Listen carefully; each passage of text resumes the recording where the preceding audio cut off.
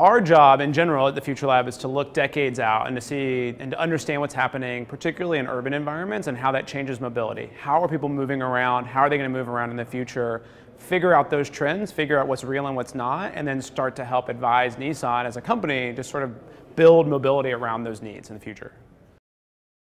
This is the Nissan New Mobility Concept. It's in sort of a line of thinking that we refer to as micromobility. It's as you can tell, a really small, all-electric vehicle that's basically a little bit bigger and more enclosed than, say, a scooter or a motorcycle, but also clearly smaller than any other car on the road. So great for really urban environments like New York. There's quite a few of them on the road in San Francisco right now, but are built around this idea of how do you move inside of dense urban environments. This car goes 25 miles per hour.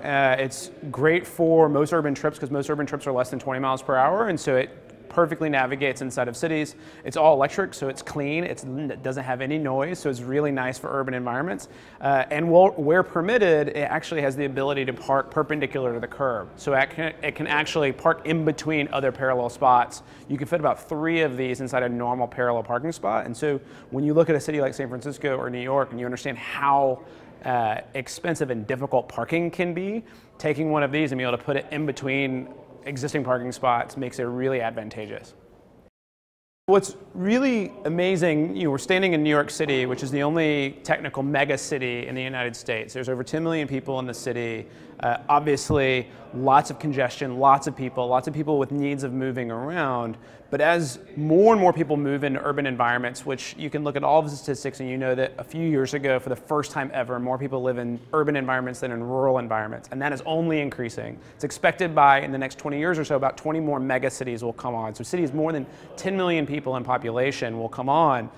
Well, the reality is, as much as we love them and how perfect some of these cars are for other environments, a lot of the larger cars that have been built for suburban and rural environments are just too big for the city. And so more and more people are looking for smaller types of vehicles. But not everybody wants to be on 2 wheels. People feel unsafe sometimes, and so putting them on 4 wheels or giving them an enclosure just gives one more type of vehicle for somebody to navigate the streets of New York, and to do so all electric, clean, noiseless, all of those things, and to gain all those benefits of being able to park. It's small, it's relatively inexpensive, all of those things.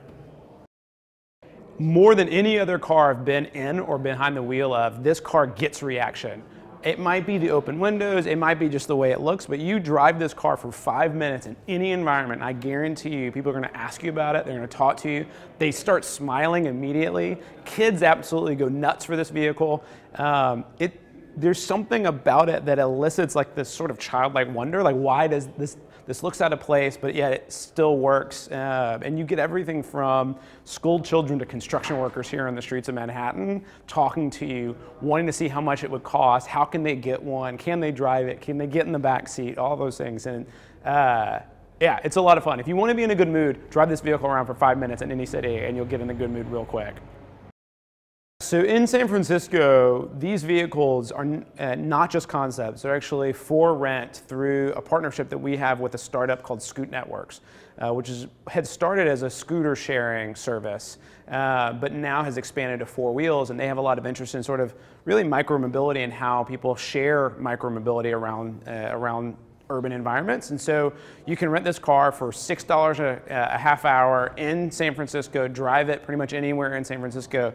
And honestly, unlike other forms of transportation, it feels like you're playing in the city. And so it really has this sort of playful, fun feel that normal people, not just Nissan employees, can get behind the wheel of and drive around. And it's been a wonderful opportunity for us to learn and work with a startup, figure out what that's like as a big company like Nissan to actually work with startups.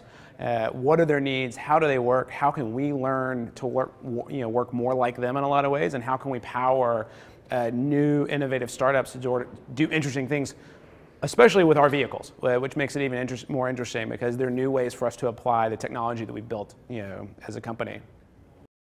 My background is in urbanism, and what surprised me so much about this is how even in a city like San Francisco that has all kinds of transportation options, you can take public transit, you can bike, you can walk, you can take your own car. There is still this very maybe American feel of wanting to drive and wanting to have fun while you're doing it, and just the amount of joy that people get from this And it doesn't serve all of their transportation needs. Sometimes they still take transit, sometimes they take Uber, for example. But when they do drive and when that fits their need, they want it to be fun, and this car fits the bill completely.